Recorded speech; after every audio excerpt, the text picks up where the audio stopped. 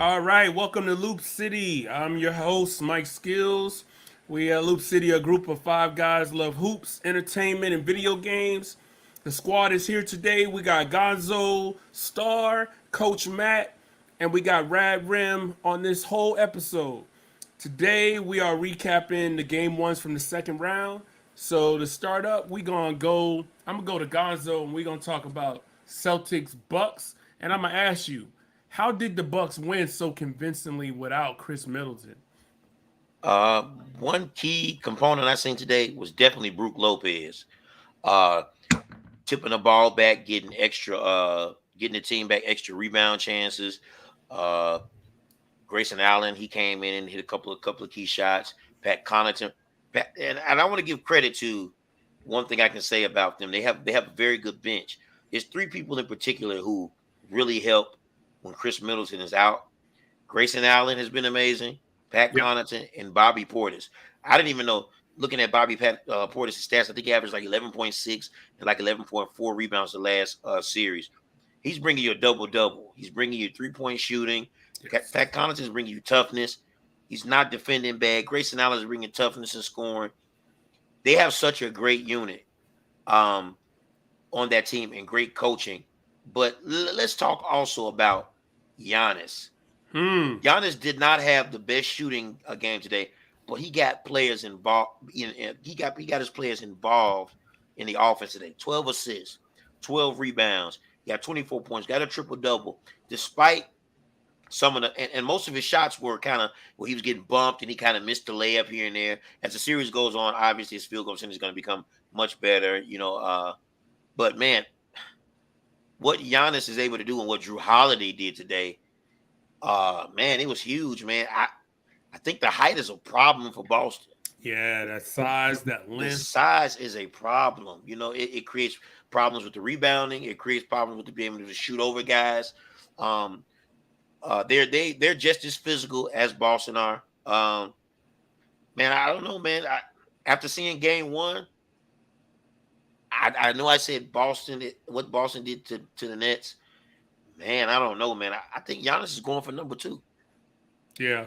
I mean, you the champ until you not the champ no more. So I think the difference between this game one and the last series Boston had against Brooklyn, and you guys can correct me if I'm wrong, but did it seem like Milwaukee had better ball movement, and not only were their stars patient and Drew Holiday and of course Giannis like taking their time, whereas like KD and Kyrie felt like rushed and like the pressure. You almost see the pressure on Kyrie and KD of like, oh, I gotta score, you know.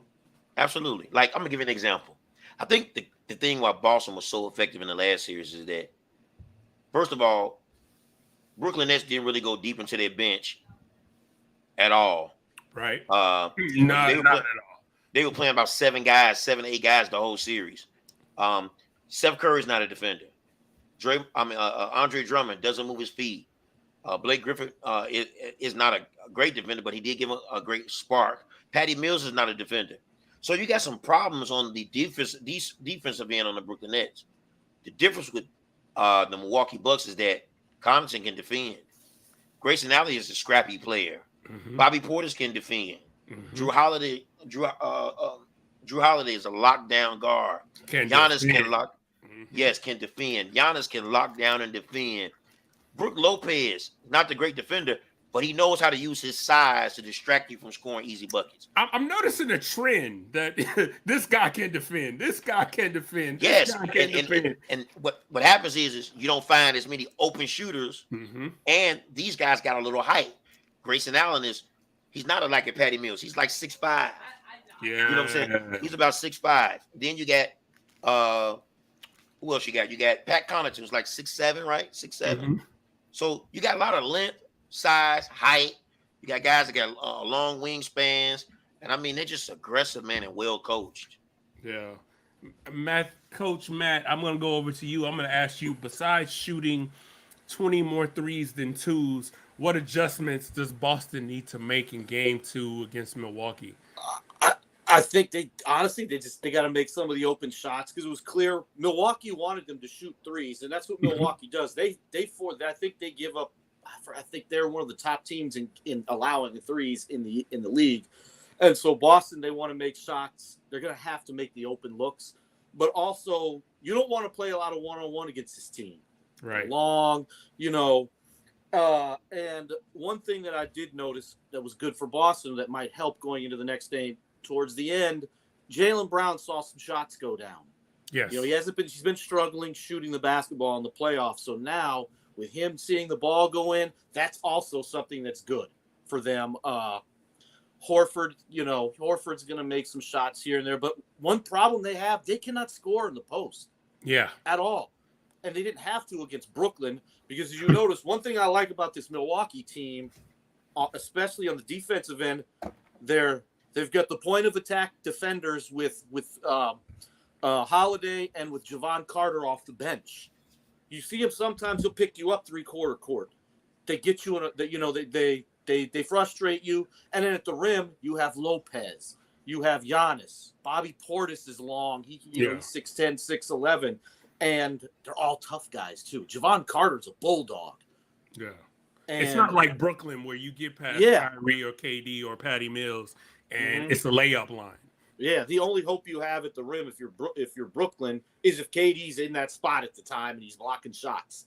As we said, like against that Cleveland playing game, Durant was blocking shots and the defense looked great. But when he's not blocking shots, it's just layups, easy shots at the basket. And I think Boston's going to realize those easy buckets aren't coming in this series. Yeah, was it as glaring to you? Seeing them shoot 20 more threes than they shot twos? Did you seem like they were, in your opinion as a shooter, did you think they were settling or would they realize, okay, these guys are long, I better take this shot while I can? Well, they're going to do that because they're not getting to the rim as easy, obviously. Okay. And on the team, really, if you look at their team, Tatum is probably the one guy who can really score in the mid-range. So they don't really have guys who, you're not going to Horford for a mid-range. It's either a layup or a dunk at the rim, maybe a little hook shot, or it's a three. Then you have, and I think that's what's happening with this team. Robert Williamson scored he's going to get dunks and layups for Robert Williams. Mm-hmm. And I think that's really kind of what it is. They're just, if they're not going to score at the rim, it's going to be hard. They're going to shoot more threes. And that's what Milwaukee wants you to do. Yeah. All right. Well, I'm going to ask Byron, I'm going to ask Rad, what do you think Boston has to do to get a split in this series in the next game? It's going to be really, really hard for them to get a split. And the reason being is there's a lot of factors that play into this.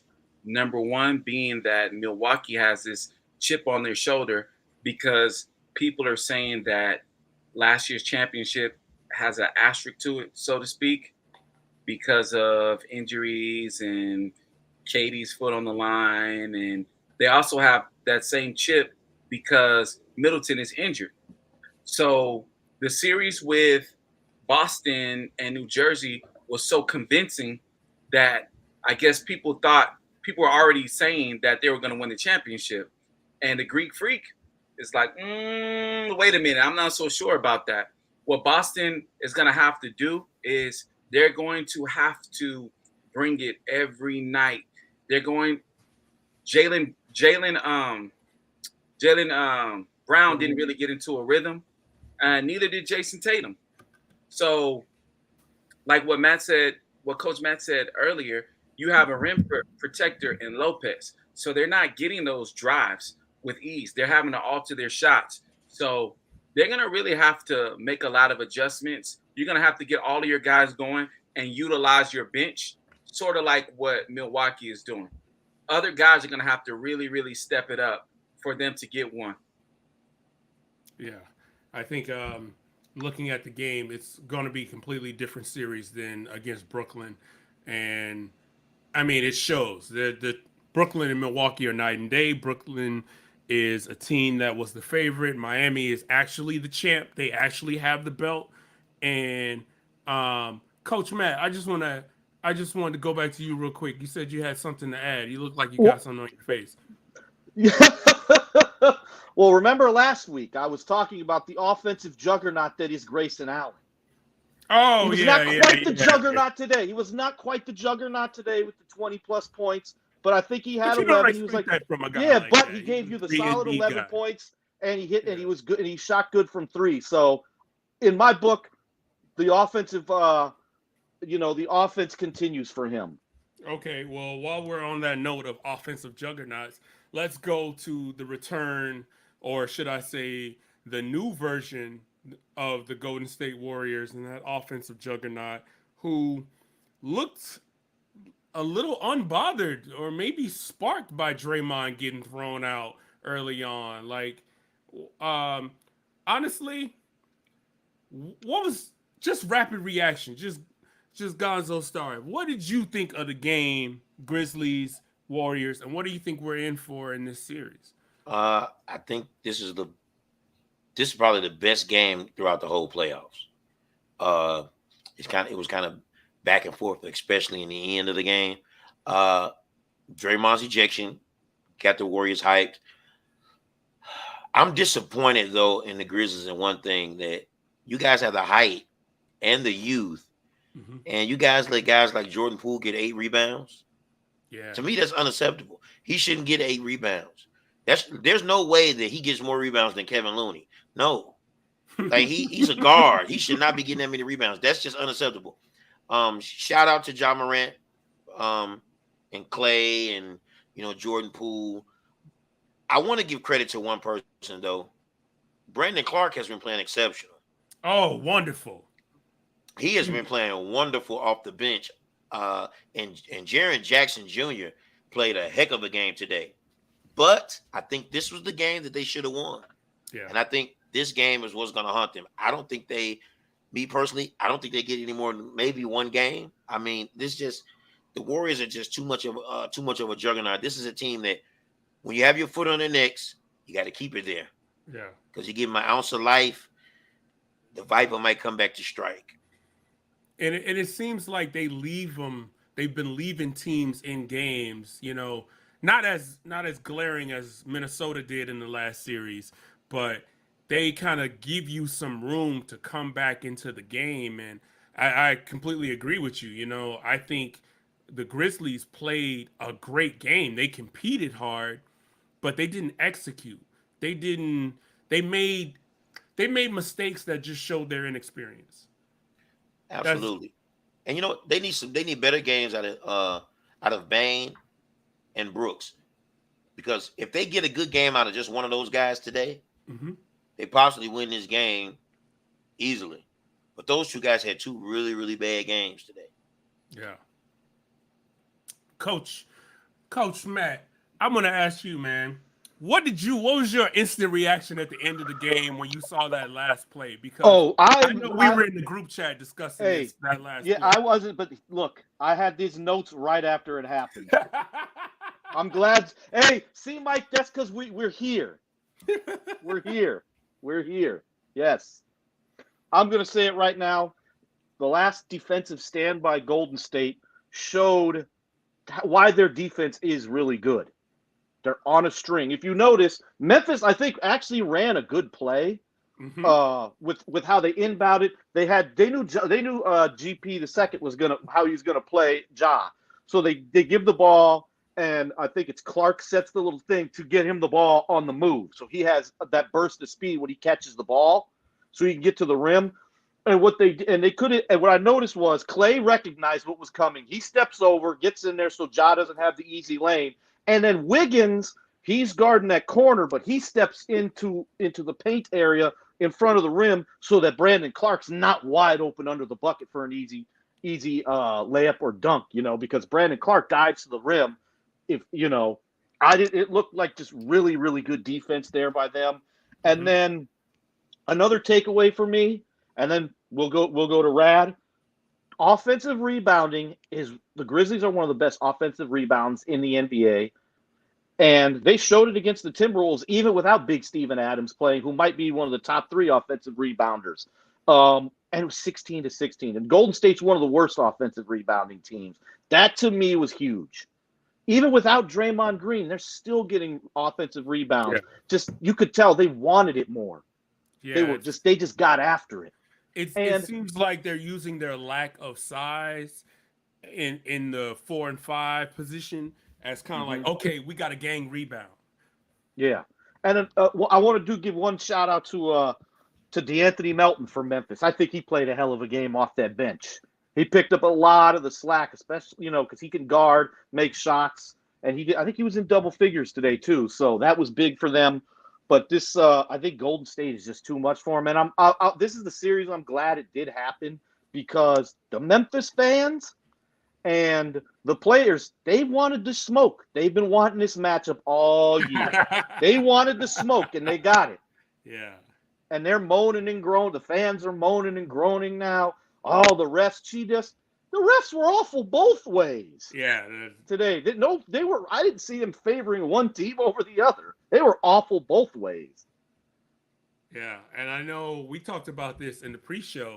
We were talking about the ugly officiating, and I know that's kind of been a theme. I know particularly in the Warriors. What was it? Which game was it, Gonzo? Was it the Warriors? He was saying it was Mavericks. He said Mavs in Utah. He said, yeah, Mavericks in Utah, and it was a couple of games too in the Denver and Warriors series too. And what do you guys attribute the bad officiating to? Right? You think they're reverting back to what it was before this whole 2-minute report and grading of officials and officiated NBA control center when it was like, all right, the home team's gonna get the calls because this is the playoffs and this is how it works. I honestly hate that whole concept of the home team gets all. Look, just call the game like it's supposed to be called. I mean, it's just easy. Stick to the rules of what James Naismith intended. It's not about a home team gets a significant amount of calls. It's not about a superstar getting a significant amount of calls. If it's a foul, if the superstar commits the foul, charge him for it. Yeah. If the bench player gets fouled, give him his shots. It's that simple. I don't understand why the NBA officiating isn't nowhere near as good as FIBA officiating and the collegiate officiating. Yeah, that's tough. That's tough. Let's go over to Radremm. Got to ask you, man, what is it that you saw in this game that, like, what is your reaction to it? What did you think watching this game? And well, first and foremost, when a guy like Draymond Green is ejected, you have to get the win. You have to take advantage of that. I believe that they were neck and neck. It was close before. They actually had the lead. Yeah. If I'm not mistaken. It went back and forth. I think that the highest lead they have was maybe like 8 points, 8 or 9 points at one point, maybe more, give or take. But when a guy like Draymond Green is ejected, and rightfully so, you have to get that win, especially when you're at home. I remember one time I went to a game with Coach Matt's family, and we saw Kobe Bryant. It was a Lakers game. Phil Jackson was the coach, and he got ejected. And I remember said, "Oh, it's over now." And Matt's dad said, "Whoa, hold on." He's like, "Hold on." He said, "This is a momentum changer." Yes. He did this intentionally. Well, sometimes when you lose a guy like Draymond Green, it could switch the momentum. But it's up to you, the opposing team, to let that momentum go in your favor and not against you. And you see Draymond in the dugout dapping everybody up, hugging everybody. It was like job well done. It was almost like he's ejected. He wanted to get thrown out. His presence was still there. Presence was still there. And look at all the antics as he left the game. It was just it was entertainment. But also at the end of the third quarter, it became a 3-point shootout.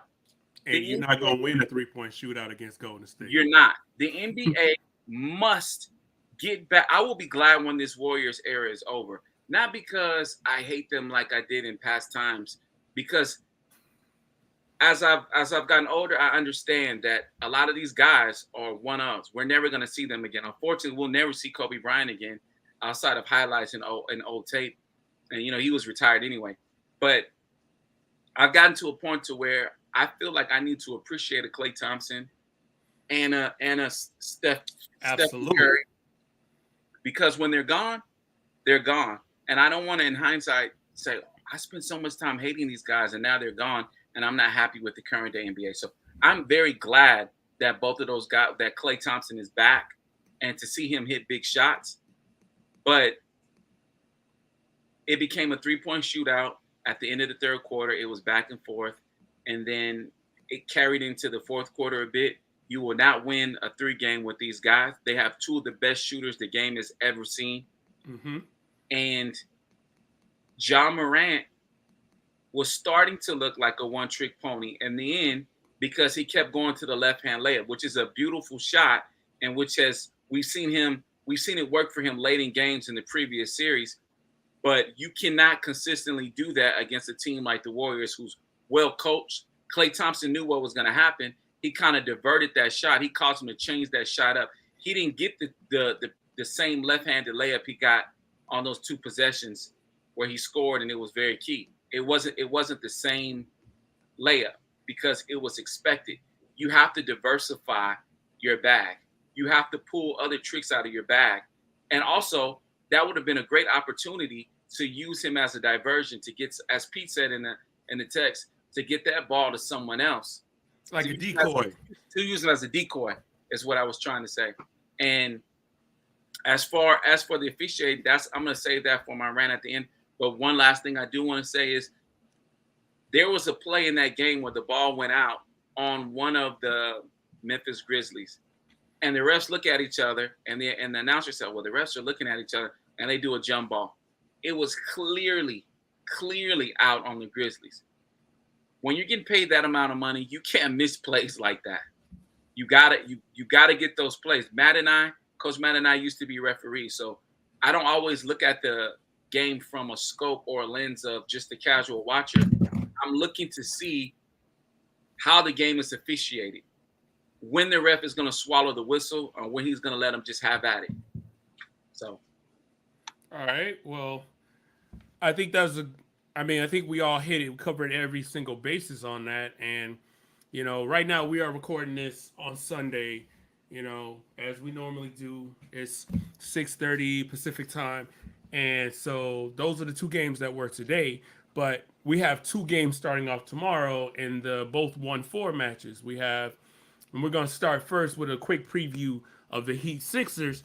And I'm gonna go to Gonzo Star and ask you, what are the keys to Philly winning without Embiid, who has been ruled out for games 1 and 2 now?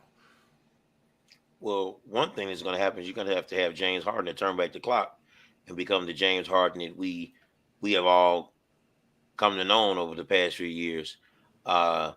He's going to have to step his game up, and I'm not talking about a 20-point game, 10 assists, and no, he's going to have to pull a 30-point performance 40 tomorrow. Piece. Yeah, 30 or 40 piece. Yeah, absolutely. With about 11 assists and about 10 rebounds, he's going to have to pull a rabbit out of the hat against his Miami Heat team. But without Embiid, I just don't think they have enough. I feel sorry for the people of Philly because you're stuck with a few bad situations. You're stuck with a James Harden who's not the same. You're stuck with Embiid being hurt, and you're stuck with an awful coach in Doc Rivers. I feel sorry for Philly fans. Philly fans don't deserve this. They really trusted the process, have done everything right through the draft and acquiring players, but this is where they suffer at. Coaching. So what you're saying is we need to mail Pete an Oculus so we can all give him virtual hugs as a Philly fan. Like, absolutely. The fifth member of the squad ain't here today, but we love you, Pete. It sucks to see your boys going into this series like this. Yeah, it sucks. Coach Matt, I gotta ask you, man. And Gonzo touched on it. He said James Harden needs a big game. So who else do they need a big game for? It's obviously the elephant in the room, Maxey and Tobias Harris, but go down that roster and break it Well, down. Who I wanna- are the keys? Well, I'm going to do that, but let me say one thing. What they are going to do, what Doc is going to change a couple of things up, and he's going to really spread the floor out for James to go to work. A lot like what happened when James was in Houston. He said he's Okay. going to change things up, surround him with the shooters. So that's going to help James Harden. You know, Okay. that's first. You know, let's get him in a comfortable position to be able to be that guy and get you the 35 points, the 12, 13 assists, the 7, 8 rebounds, and all that good stuff. But going to obviously the two you named, but one of the guys that I've actually been really impressed by a couple games, you know, normally we people dump on him all the time, but Danny Green's had a couple good games for them. Okay. You know, he's a playoff veteran. He's a three-time champion, LA, Houston, or LA, Toronto, and San Antonio, of course. So he's got the experience. And because Miami now, Kyle Lowry is out for Miami, so that's going to help a little bit, you know. But Miami does have guys. Obviously, you know, you're probably going to see a lot of Jimmy on James Harden, but you'll also see Strus will be on him. I bet we'll see Caleb Martin off the bench on him. They'll throw him different looks. But then those guys can also check Maxey. So it's not like Maxey's going to have Duncan Robinson on him. But you you're know, also forgetting about the Sneaker King who PJ Tucker, played, he's another, he'll be in, and PJ, exactly. For years. Exactly. PJ Tucker's good. They're going to throw him on. He'll guard Tobias. The Sneaker King. I'm sorry. I thought I was. Well, yeah, we'll get to your Sneaker Kingdom later, but PJ Tucker has the inside track. He's been practicing again. He has the scouting report. Yeah. Well, it's kind of like what happened with Brooklyn and the Boston series. Ime Udoka was an assistant on the staff, and you could see the way they were taking the ball from Durant. You could see, okay, you could tell. Ime Udoka gave them the tendency scouting report on Kevin Durant, and PJ Tucker, you know, and he'll get out there and he'll do the same thing for Miami, but it's going to be tough. There's just, you know, the size isn't there. And this is where, as terrible as he may be, dare I say, they're going to maybe miss not having Andre Drummond anymore. Just somebody with some size. Wow. Even though we saw how bad he was. Yeah. You know. They're kind of thin after Embiid, now that I think about it. Wow. And they're going to need Thibault. They're going to need Thibault as well to come in and defend. Okay. Rad Remm. What are your keys to this series, and who do you got? Like, you don't have to spend a lot of time, but tell me who you got and what do you think is going to happen with Embiid out. I'm sorry to cut you off. I won't spend a lot of time because there's not a lot to say. It's unfortunate that this has happened to Joel Embiid. It seems like this guy just cannot get a break. If it's not a lucky bounce by Kawhi Leonard, it's a fracture in the face. It's dealing with Ben Simmons. It's a lot of it's a circus, really, what's going on in Philly. Sorry, Pete. We love you, to reiterate what Mike says. But I don't see Houston Rockets James Harden emerging for this series. And it'll be really easy to shut him down with that style of play. And also, he's not – I think it was Steph Curry tried to do it today, try to lean in and create contact with the defender to get that foul when you're – he can't do these things anymore that he's been doing in the past. And if he does get 40 a game, like Gonzo suggests that he needs to do. Oh, yeah, he definitely needs to do that.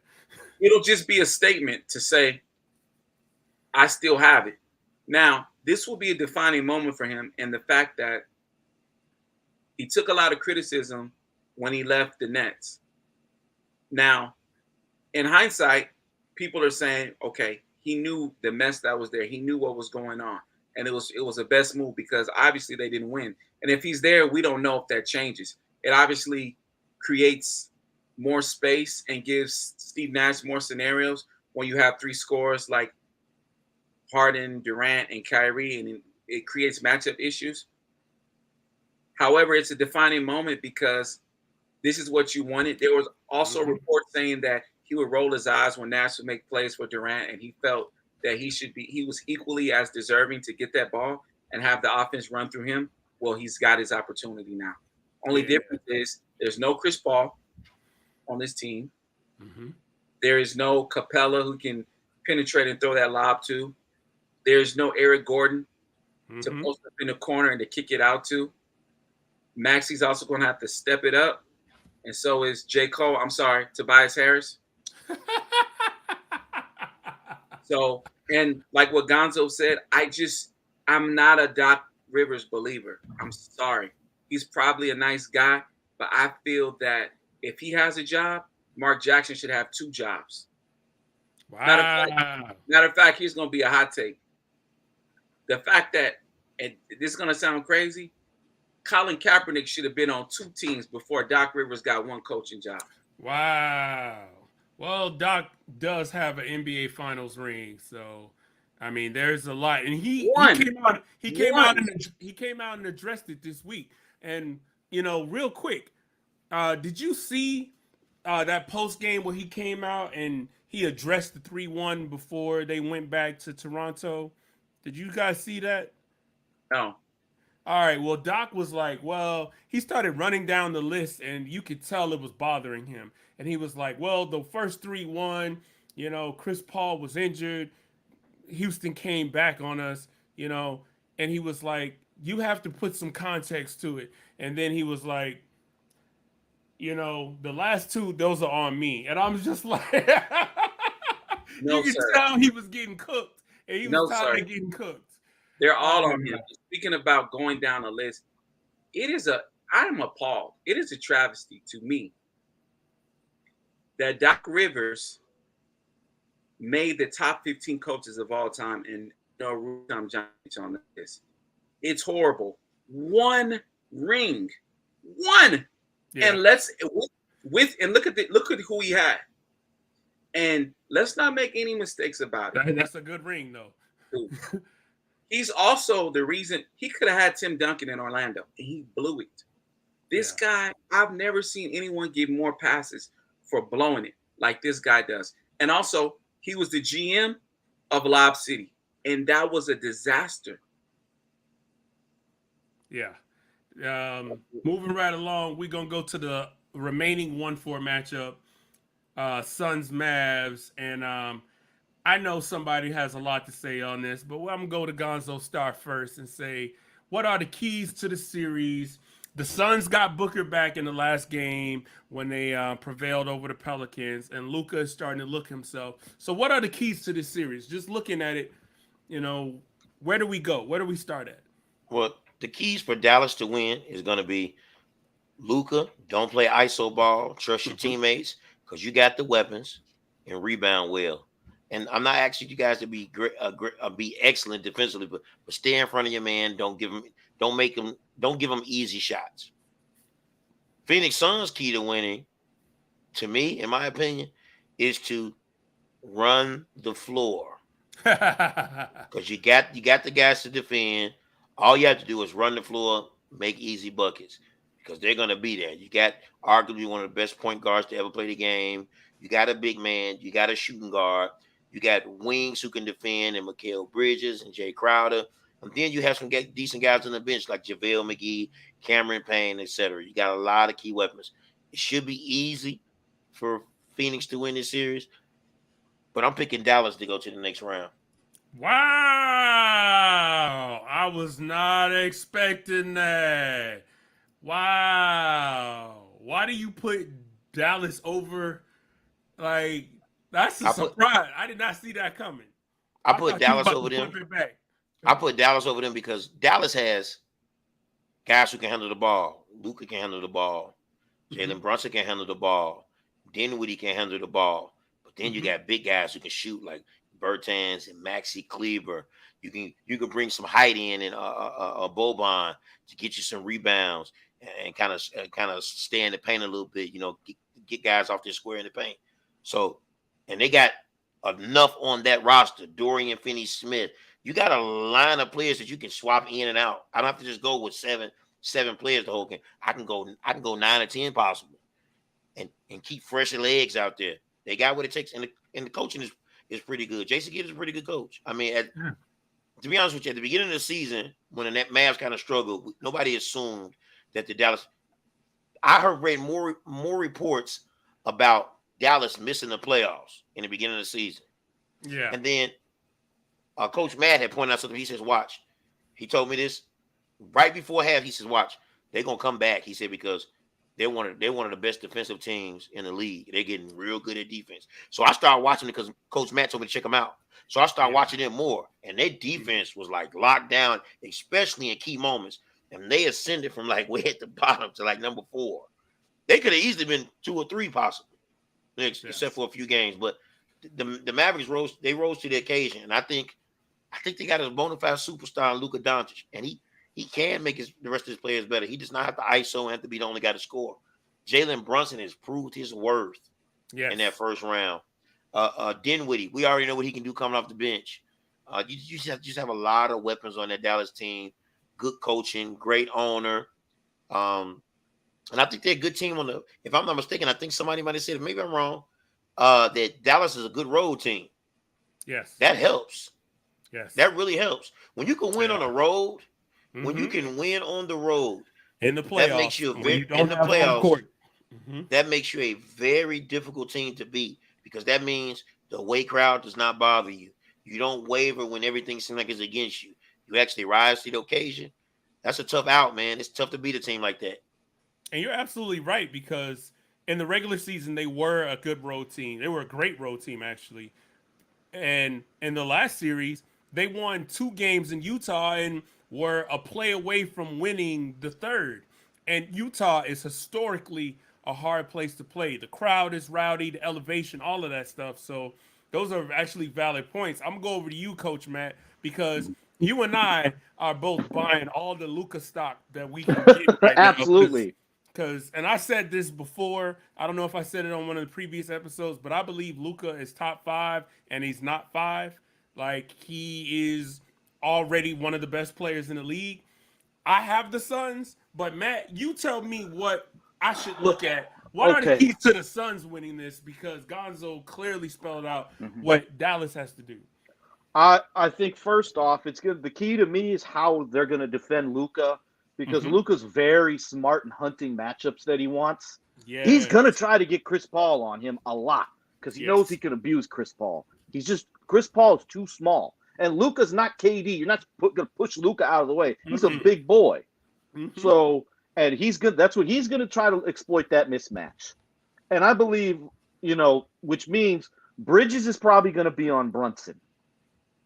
Okay, I like that. That's going to, and that is what I'm looking forward to seeing, because Bridges is 6'7". He's long. And if we remember, a year ago in the playoffs, Brunson struggled against that Clippers team with those long defenders. Has he gotten over that? He did a good job against Utah, but they were putting long guys on him. I know they had Bogdanovich on in the last game, but Bogdanovich is not seen as a defender. Right. It's not horrible, but nobody looks at him. He's not Mikal Bridges or Paul George or guys of that caliber on defense. And then offensively, I think they have a real big mismatch with DeAndre Ayton on the block. And he has a bag down there. He can score in a variety of ways, turn around, little post moves, the medium shot. He can do all those things, and he can do defensively pretty much what Gobert does. Not quite as good as Gobert, but unlike Gobert, he can guard in space a little bit. Yeah. You can't just play him off the floor defensively. Yeah. You know what I mean? And the way Phoenix plays, and you noticed it when Booker was out, they had to go to Ayton. He was eating down there. But now that Booker's back, is it going to be like the regular season where he's 14, 15 a game, and he's more of kind of like a roll dive guy? You know what I mean? Limited touches down there. And to me, that's the key for Phoenix. Those are the keys to look out for. How are they going to guard Luka? How's the Brunson-Bridges matchup going to look like for them? And then offensively with DeAndre Ayton, Chris Paul's going to get his assists. He's going to do what he always does. I'm not worried about Booker either. Now the Mavericks, like Greg said, Gonzo, they get a good defense. So, we'll see how it works out with Dallas's defense in this, because they do have a lot of good individual defenders. And to a degree, Luka has played better defense this year. Is he great? No. He's much better than last year, though, where he was just a turnstile. Yeah. And when you watch Luka in the big moments defensively, you see him get down in his stance. All right. And he'll guard the opposing best player. So who are you picking in this series? Suns or Mavs? Man. I want to go Dallas in 6, but I think I'm going to go Phoenix in 6. All I right, so really we got want to go two. Dallas right now. All right, so we got Gonzo Star and myself for Phoenix, you for Dallas. Even though I love No, Luca, no, Gonzo has he picked oh, he has Dallas. Dallas. Sorry. He has Yeah. Dallas. Me and you have Suns.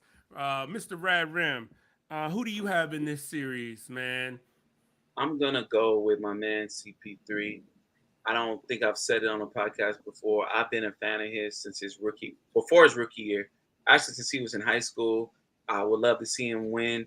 I actually had an opportunity to hang out with him his rookie year. Great guy, great player. I watch him. He's very reminiscent of an Isaiah Thomas. He's really in his bag this season. The fact that he shot a perfect game the other night, outstanding, overcoming the adversity of some of this really, really sus officiating. And that I'll save the rest of that for my rant. But it really depends on Devin Booker too, his health. And I would love to see Phoenix win. I would love to see Chris Paul get this chip. He just ran out of gas last year. The whole team did. They also have that same chip on their shoulder. I don't feel like enough people have been talking about the Phoenix Suns the whole season, or especially since the break. All we've been hearing over and over and over again is about the Lakers and the fiasco that their season has been, or was, because it's over now. And not enough people were talking about Phoenix. And I was telling Gonzo and I was telling Matt, we're really not hearing much about the Phoenix Suns, but look at their record. Mm-hmm. Fantastic. If I could steal your go-to word, Matthew. Yeah. So They had a chance to be historic, and they were just like, all right, we're about 8 or 9 games ahead of anybody else. Let's pump the brakes and get guys rested up and whatnot. I mean, this is going to be a fun series. I think it's going to be probably more physical than you might think on the outside, but I'm excited. I can't wait for tomorrow night. That is the main game. Obviously, with no Embiid in Miami, that is the main game. And on the side note, I'm just curious to see how James Harden performs in Miami with all of those distractions that a city like Miami provides to a guy who enjoys the nightlife, we'll say, of James Harden. With that said, now we're going to mute the mics. If you got anything to say, you can type. Mr. Radremm, I want you to take it away. Go ahead with your rant on officiating. Okay. Well, there's been so much tomfoolery going on that my rant is going to be broken down to a few topics today. So I'm going to try to make this quick. So, number one, Foster. What's going on? What's really going on? I put a tweet out there today, and I actually sent a good friend of mine a message. I said, notice whenever this guy is officiating the game, the team with the momentum always loses. Why is it that every time Chris Paul is going for it, they bring this guy in, or he's up in the series, they bring this guy in and he loses automatically? He needs to be investigated. Why are not enough people talking about this guy and his officiating? Boston had the momentum. They did a sweep, not even a gentleman's sweep, a clean sweep. Granted, they had some days to rest. They bring in Foster, and look what happens. Why? We need to be asking ourselves that. We need to be talking about this. Number two, Ben Simmons. What's going on? You got people comparing him to Magic Johnson. I'm not going to say any names. Coach Miller. In actuality, he's not even better than Lamar Odom. He has not shown me anything that would equate him with the greatness of or put him in a conversation of the upper echelon players like Magic Johnson. No, you have a lot to prove. Get over this mental block. You're not telling me that Philadelphia drafted 2 Markelle Fultz, and even Markelle Fultz has turned it around, but you have such a mental block. Is it a mental block, or is it that you're a brat? Which one is it? Zion Williamson. Somebody take his phone. Take his phone away from him. Take his phone away from him. Take his plate away from him. Are you kidding me? Are you kidding me, Zion? I would have played Game 7 if it went to Game 7. So why didn't you suit up? A big surprise? Take care of yourself. Get the right people around you. Get the right trainers and show that you're serious. You were an all-star 2 seasons ago. You didn't even get voted. When you're really a great player, I've seen even Michael Jordan got voted to the all-star team when he broke his foot. He only played maybe 2 games that season. You know why? Because he had the work ethic. Your shoes have the Jumpman logo on them. You got to live up to that. And the way you live up to that is you get in the gym, you take care of your body, your conditioning, you get the right people around you, you eliminate the yes men. Stop hiring your uncle, your stepdaddy-in-law. I don't know who, your step uncle, whoever. Stop. We got to stop doing that and find the best guy. Michael Jordan didn't say, "Oh, let me go hire my brother to go train me." No. He got with a great trainer. He was consistent with that trainer, Tim Grover. And because of that, he won, and he constantly improved and improved and improved and improved. When you're coming back overweight, what it says is that you're not serious about your game. There has to be discipline. People are paying good money to come out and see you play, but you're not there. And then you're going to make a statement like that. You got to knock it off and get focused on the game. That's a kid that I really believe in. And I even bought his shoes, and I want to see him make it. But the work ethic and the approach, the focus has to be there for you to be great. And it's going to start with your diet. Talk to Charles Barkley. Talk to some of the elders that want to see you win and want to see you turn it around. Isaiah Thomas, you got to knock it off, my guy.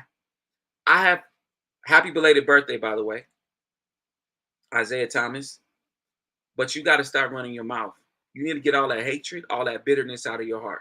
You got to knock it off. Which one is it? First, LeBron is better than Mike. Now he's not. He can't be considered one of the greats. You have so much to say about these guys.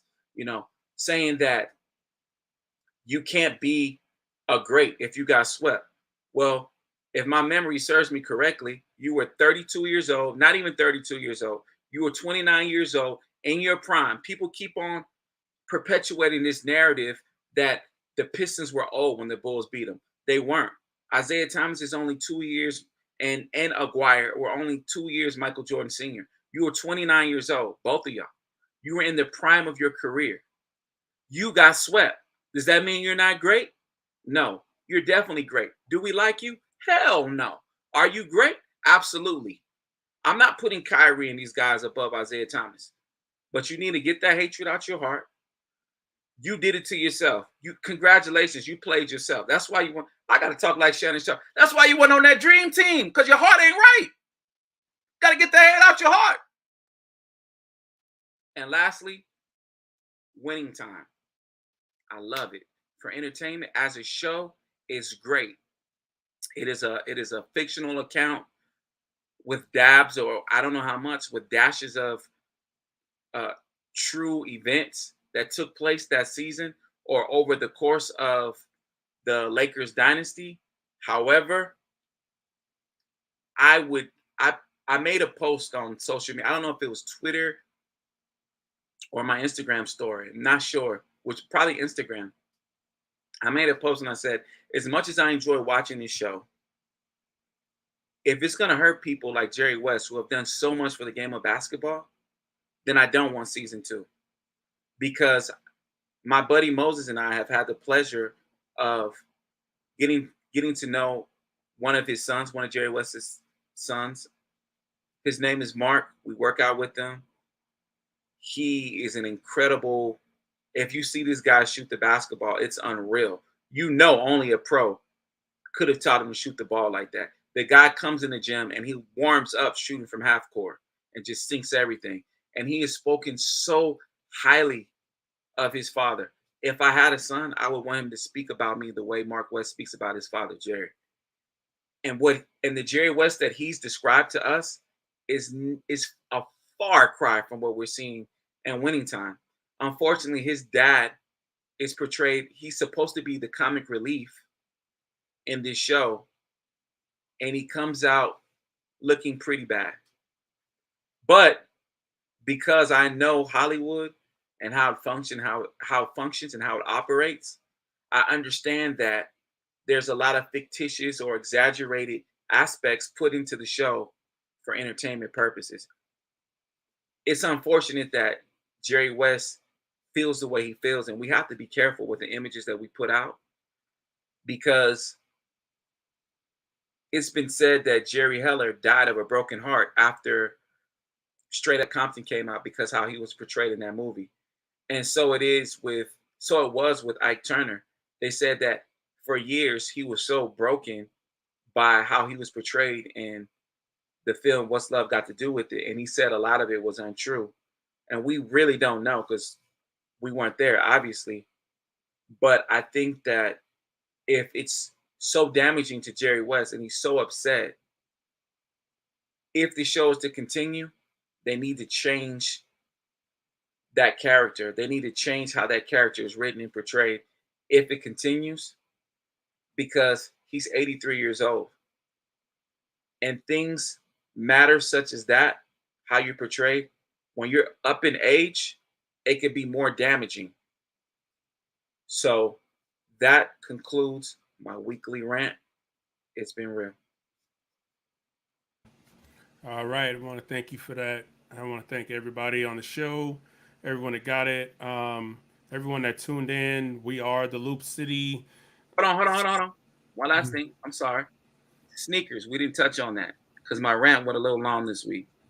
Sneaker of the week goes to the Mambacita. It was a tribute shoe to Kobe's daughter. There was an abundance of them in LA, but you had to win raffles. You had to try to win on a sneakers draw. I tried to get the shoe. I struck out. I'm seeing them pop up at shops here and there in LA. Always been a great performance shoe. I'm glad that Kobe's widow was able to reconcile with Nike, and I hope to see more Kobe shoes in abundance moving forward. Sorry to interrupt you, Mike. That's your sneaker news for the week. And I am the sneaker king, not PJ Tucker. I mean, you can be the sneaker king, but you just said that you missed out on the sneaker that dropped. So it's kind of damaging to your case that I'm the sneaker king. Well, and I'm struck out this weekend. also, I'm not in the NBA, and this is just the hater in me. One time I was leaving Houston, coming back to LA. PJ Tucker was on a plane with me. I'm like, this dude's not a head; he's a hype beast. He even had a Supreme duffel bag that he carried his luggage in. Who does that? Somebody that has a Supreme duffel bag. If I had a Supreme duffel bag, I would. Ooh, wait till I flex on y'all. No. Y'all ain't ready for me to flex Don't try on to y'all. flex on me. He's supposed to have Louis. If I got his income, I got a Louis bag. Well, I mean, last time I checked, Supreme prices are up there with Louis bags now. So, with that said, I want to thank everybody for tuning in. I lied. My rant wasn't really over, but thanks for tuning in. Yes. I want to thank Gonzo Star. I want to thank Coach Matt. I want to thank Rad Remm. Shout out to Pete. Couldn't be on this episode, but we know he's listening. I am your host, Mike Skills. We are Loop City. Be sure to like and subscribe on Twitter, on Apple Podcasts, Spotify, and everywhere that you get podcasts. With that said, we are out.